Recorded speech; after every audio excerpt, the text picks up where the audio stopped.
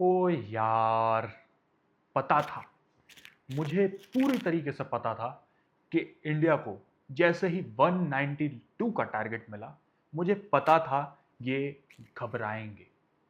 कई लोग social media पर, ट्विटर पर, इंस्टाग्राम पर ये बोल रहे थे कि इंडिया बहुत इजीली ये टारगेट चेज कर लेगा। शुभमन गिल फॉर्म में है, जायसवाल इस बार अपना एग्रेसिव अप्रोच दिखाएगा। उसने एग्रेसिव अप्रोच दिखाया, लेकिन आत्मविश्वास के साथ नहीं दिखाया। वो आर्चर को, मेरे ख्याल से, मेरा जितना मानना है, जैसे मैंने जायसवाल को देखा आर्चर के अगेंस्ट, वो थोड़ा ऐसा लग रहा घबराया हुआ। वो कॉन्फिडेंट नजर नहीं आ रहा था आर्चर के खिलाफ। और उसके बाद करुण नायर, क्या ही बोलूं यार, मैं इतना ठीक डिफेंस कर रहा था, और जो उसके पैड पर बॉल आ रही थी उनको वो अच्छे तरीके से रोक रहा था। मुझे समझ नहीं आया उसने क्या सोचकर वो बॉल छोड़ दी। मुझे समझ ही नहीं आया कि मतलब उसने छोड़ी क्यों। मतलब वो बॉल बाहर जा ही नहीं रही थी, बिल्कुल एंगल भी उसका अंदर था। अब पता नहीं क्या हुआ करुण नायर को, उसने बॉल भी छोड़ी, उसके घुटनों पर भी लग गई। अब यार, इसका तो कुछ किया नहीं जा सकता ना। करुण नायर, अब मेरे को नहीं लगता उसको अगला मैच खिलाएंगे, और उसको खिलाना भी नहीं चाहिए। और भी अच्छे अच्छे प्लेयर हैं, यंगस्टर्स को चांस दो। वैसे भी वो 35 साल का तो हो ही गया है करुण नायर। उसने बोला था कि मुझे टेस्ट मैच में चांस दो। उसको 6 इनिंग्स मिली हैं। अब वो पता नहीं क्या सेट हो जाता है, 40 के बाद आउट हो जाएगा, कभी 30 रन मार के आउट हो जाएगा, मतलब अच्छी खासी बॉल खेल कर आउट हो जाता है। अब केएल राहुल की मैं तारीफ करूंगा। केएल राहुल ने एक अच्छी इनिंग खेलता हुआ नजर आ रहा है।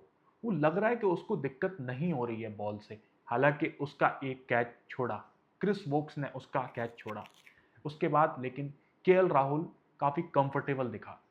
अब मैं आशा करता हूं कि कल केएल राहुल इसी तरीके से, जिस तरीके से आज खेल रहा था, वैसा ही खेले। और ऋषभ पंत, वो होगा, कल वही आएगा।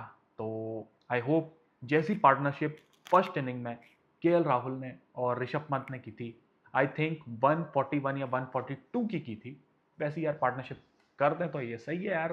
अब क्या विकेट, मैं नहीं चाह रहा कि भारत अब एक और विकेट गवाए 4 विकेट के बाद, क्योंकि आगे जो प्लेयर आने हैं, जडेजा ने अच्छी इनिंग्स खेली हैं इस सीरीज में, लेकिन चौथी इनिंग्स में वो किस तरीके से उस प्रेशर को हैंडल कर पाएगा या नहीं कर पाएगा, वो उस पर कुछ कहा नहीं जा सकता। तो मैं नहीं चाहता कि अब इंडिया एक भी विकेट गवाए यहां से। बाकी बॉलिंग, भारत ने टी के बाद सभी के सब बोल्ड मारे हैं। टी के बाद ही नहीं, उसने हैरी ब्रुक के बाद जितने भी बैट्समैन आउट हुए हैं वो सब बोल्ड हुए हैं, सब के सब। कई लोग ये कह रहे थे कि अंपायर इंग्लैंड को फेवर कर रहे हैं, उनकी उंगली भी इंग्लैंड के लिए उठ रही है, इंग्लैंड के फेवर में ही उठ रही है, और भारत को रिव्यू लेने पड़ रहे हैं। अब मेरे को पता नहीं, लेकिन इंडियन बॉलर ने सोचा ठीक है, क्या पता हमारे फेवर में डिसीजन नहीं जा रहे, तो चलो बोल्ड ही मारो, इन सबको बोल्ड मार के ही रफा दफा करो। तो भारत ने एक तरीके से अच्छी रणनीति बनाई। उन्होंने बोल्ड मार के सारे बैट्समैन इनके आउट किए। बाकी कल मैं चाहूंगा कि भारत शुरू के 1 घंटा अगर वो कम रन रेट के साथ भी खेले तो भी सही है। मैं नहीं चाहता कि ऋषभ पंत आते ही मारने लग जाए वो, लेकिन उसके खेलने का तरीका ही ऐसा है तो वो कुछ किया नहीं जा सकता। लेकिन उस पर मैं ये कह सकता हूँ कि ऋषभ पंत हो सकता है कि मारे ना कल, क्योंकि कई बार ऋषभ पंत ने डिफेंसिव अप्रोच भी दिखाया है। वो हर मैच में, कई बार परिस्थितियां ऐसी बदली हैं, परिस्थितियों के अनुसार वो खेला है। एक कई ऐसी इनिंग्स खेली हैं उसने जिसमें वो ऐसा नहीं कि आती मारने मार धाड़ शुरू कर दी उसने, छक्के चौके, ऐसे नहीं किया है। तो वो ऋषभ पंत, मेरे को लगता है कि अच्छी पार्टनरशिप निभा सकते हैं दोनों, ऋषभ पंत और केएल राहुल।